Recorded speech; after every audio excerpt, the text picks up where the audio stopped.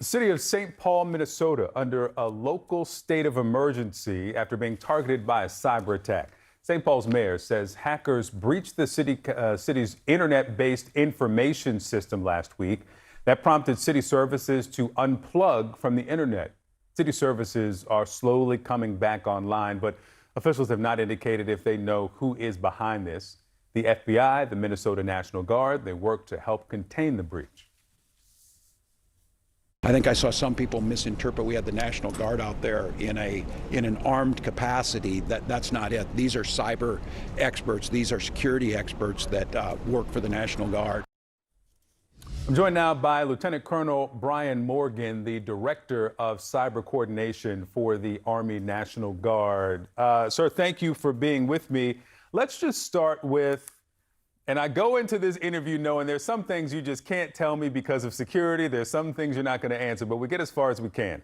Scope and scale. Sure. Help us understand the breadth and the severity of the hack.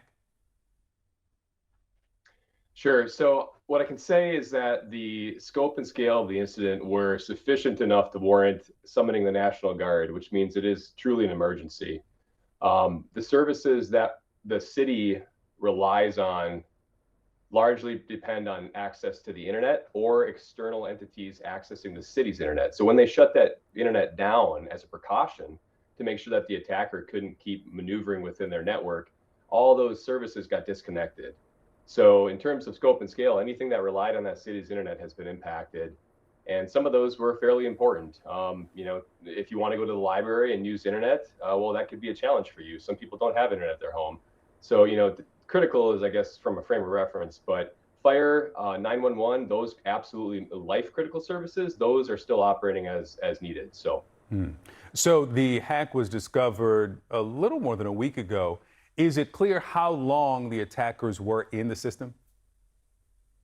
Yeah, so, by the time we were activated, they found the initial entry a few days prior. So what happened was, they discovered the malicious activity, and then they immediately shut down the VPN connection, knowing that this was, a significant event.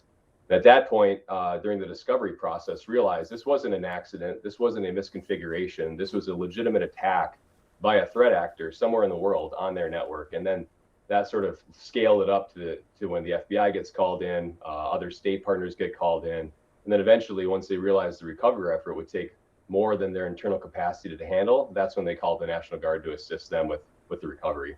And so Governor Walz made it clear that y'all aren't standing around with semi-automatic rifles. That's not your role here. What is the National Guard doing?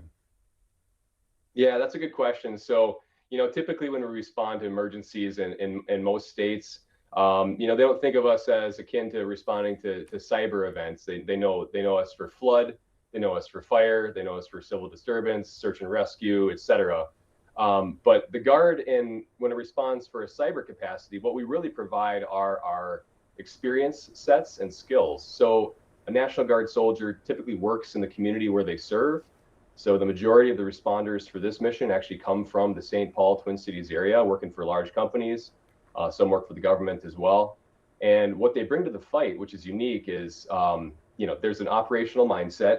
There's a surge capacity and coordination experience, which is kind of unparalleled because we kind of do these sorts of things all the time, whether it's, on state active duty or federal service. So we're pretty familiar with the emergency situation mindset.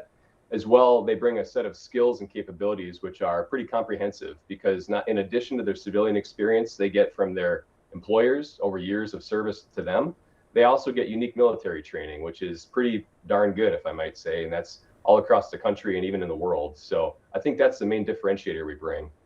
City officials extended this local state of emergency for another 90 days.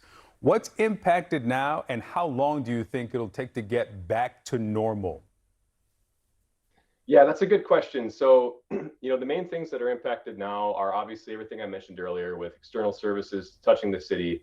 Some of your ability to process payroll, automated, those kind of things. They reverted using what's called their business continuity plan. They reverted back to more manual processes to ensure that vendors get paid, to ensure their employees get paid. And so there's a lot of work to do to recover the network. And in terms of timeline, It really depends because, it's a hard thing to nail down. These networks, when you have a city like the size of St. Paul, they're very complex. There's many different servers. There's thousands of endpoints, and the attacker could have planted what are known as hooks anywhere in the network. So it really is a delicate process to go through, and you don't want to turn that internet back on until you know that the environment is safe. Because if you are premature in that, the attacker could come right back in, and then you're back at zero. So, it's one of these things where the timeline we expect to be as long as it takes. And I wish I had more detail for you, but that's kind of how these things go. All right, Lieutenant Colonel Brian Morgan, thank you so much for your time. And I'm sure the people of St. Paul are very grateful for the work you are doing. Enjoy the Saturday.